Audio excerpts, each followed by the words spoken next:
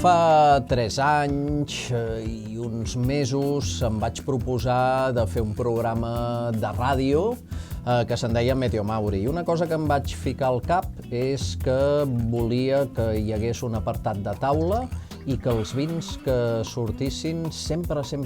fossin de totes les DOs catalanes. I a partir d'aquí vaig començar a descobrir joies repartides pel territori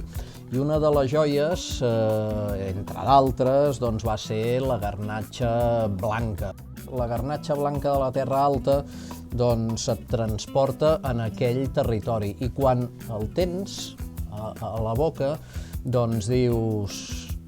ostres, estic veient la Serra de Pàndols, estic veient les roques d'en Benet, aquelles parets de pedra, d'aquells poblets, i et transporta a una comarca que, bé, n'hi ha 42 a Catalunya, però n'hi ha de molt màgiques, on el temps s'ha aturat una miqueta més, on les coses han estat molt difícils, molts anys, i ara, per sort, aquesta riquesa del territori, dels sòls argilosos, dels bancals, de les terrasses, de les feixes, estan aportant riquesa,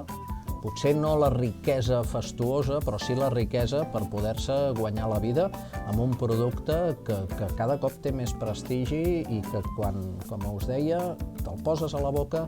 dius, pam, em transporta, en aquest cas, a la Terra Alta.